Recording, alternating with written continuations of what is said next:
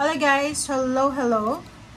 Aquarius, welcome dito sa aking channel Aquarius. Alamin natin kung anong messages, vibration, gabay energy para sa lahat ng Aquarius. So, general weekly tarot reading, pwede kang makaresonate. Gamitin mo ang iyong intuition guys, okay?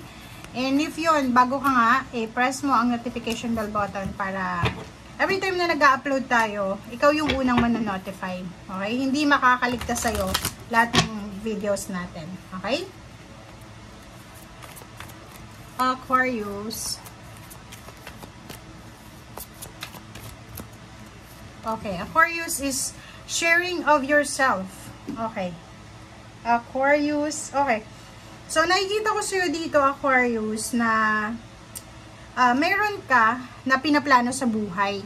For example, plano sa pag-abroad, planong pag-aasawa, planong pagre-relocate, pag-iipon ng pera, or pwedeng self-love, self-care na gano'n na sitwasyon.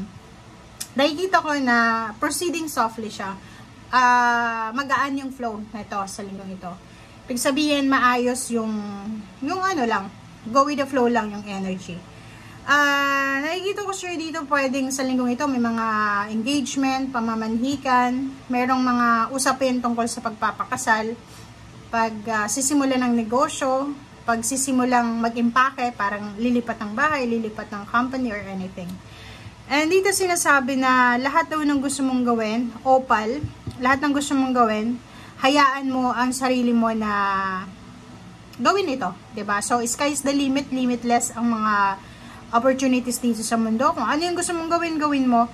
And sinasabi dyan sa'yo na you are guided, you are safe, you're being protected ng ating Panginoon, ng universe, ang iyong mga spiritual helpers. Okay.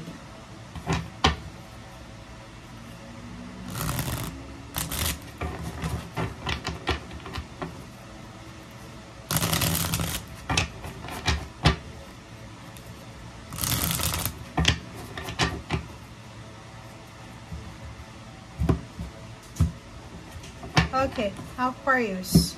First card natin is Page of Wheels. This week, posibleng makatanggap ka ng isang balita. Pero yung balita nito ay hindi para sa ngayon. Ito ay tungkol para sa kinabukasan. Or it's either next month or pwedeng 11 months from now, November. So, nakikita ko pwedeng merong news ngayon na like buntis ka, unexpected pregnancy, or unexpected na homecoming in 11 months. Darating yung parang ganun. So, congratulations if ever lang. Okay? So, maraming posibleng nasira sa'yo. Nasirang relationship, nawala ng trabaho, naubos yung pera sa bangko, yung iba naman, nawala ng suporta, ng kapamilya, parang ganon. But, nakikita ko sa'yo dito na makakasurvive ka. You're surviving. And, yung tayo na buwan, nakikita ko yung sobrang obligation. Same with the Gemini. Yung air signs ngayon sa linggong ito is parang ang dami-dami yung mga obligasyon sa buhay. Marami kayong pinapasan. Yung 10 of Wands dito is everyday marami kang baggages. Marami kang mga excess baggage na dala-dala. Yung 10 of Wands is walang oras para magpahinga. Kaya may self-care dito. Sinasabi na kailangan mong alagaan yung sarili mo, kailangan mong pahinga, kailangan magsimulang mag-diet, diba? Prioritize peace, self-improvement, parang ganon. So, kita ko napaka-busy mo sa linggong ito. Overtime, may part-time ka, may mga sidelines. So, nakikita ko na sobrang abala ka. Wow, it's 10-10. So, meron ditong couple. It's either single mom ka or pwedeng may karelasyon. Posibleng magsa-celebrate kayo ng birthday ng iyong anak. Or pwedeng merong, yun nga, 11 months from now, posibleng may mga anak sa inyo. Or pwedeng 11 months from now, meron ditong news tungkol sa baby. Or starting a family. Okay? Judgment, decision making.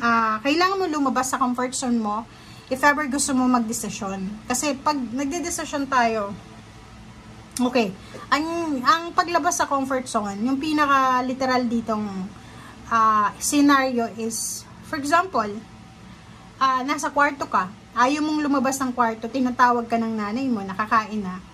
Tapos sinasabi mo na hindi mo gusto, ayaw mong kumain, ayaw mo nang kakainin, which is hindi mo naman alam kung anong lasa kasi hindi mo pa siya alam. So, hindi ka lumalabas sa kwarto mo pero rini-reject mo na kung ano yung ino-offer sa'yo. So, dito sinasabi na lumabas ka sa comfort zone mo para malaman mo talaga kung ano talaga yung naghihintay sa'yo sa labas. Okay? Huwag kang matakot. Yung takot is just illusion yan. Okay? Two of Wands. Maraming choices, decision making na posibleng gawin mo. Be patient. Matuto tayong maghintay, guys. Okay? Lalo na sa accumulation ng wealth, ng money. Etong King of Wheels, hindi siya yung parang swerte ka, nanalo ka sa loto, parang ganun. Etong King of Wheels na to is dadaan ka talaga sa sakripisyo.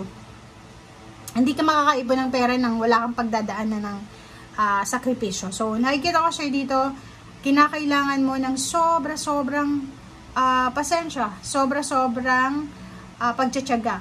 Okay? Yung, like, for example, gusto mong bumili ng mga material na bagay. Tapos, kailangan mong maghintay. Kailangan maghintay kasi pag hindi ka naghintay, posibleng hindi mo mabili yung tama. Pwedeng makabili ka sa ngayon, pero mahal siya kasi hindi pa to yung right timing eh. 'Di ba? Parang ganun. Okay, 6 of Cups. And then, 8 of Cups. Travel. Meron ditong Aquarius na posibleng magta-travel back home. Kung OFW ka, pwedeng pauwi ka ng Pilipinas. If ever naman, nasa Maynila ka, or nasa probinsya, or nasaan pa man, nakikita ko yung relocation dito. Babalik, pwedeng magkaibigan, magkakilala, or magkarelasyon dati. May pagkakataon kayong mag-met sa linggong ito. Okay? Or pwedeng makakapag-desisyon ka na umuwi sa iyong pamilya, magbakasyon, or kung buntis ka, magpahinga. Okay, oh. So, 4 of Swords, sabi ko na pagpapahinga to.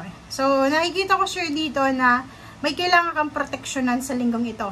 It's either mental health, emotional health, or physical health. So, financial, ganun din. Kasi meron ditong money, King of Wheels. So, nakikita ko na sa linggong ito, make sure na unahin mo yung sarili mo. Kapakanan mo muna. Okay? Bigyan mo yung sarili mo ng time na makapag-reflect. Diba? Makapag-meditate. Makapag-spend time sa family. Makapag-spend time alone. Napaka-importante yung spending time alone, na walang gadgets. Hindi yung nag-spend time alone ka with your cellphone. Hindi ganun na.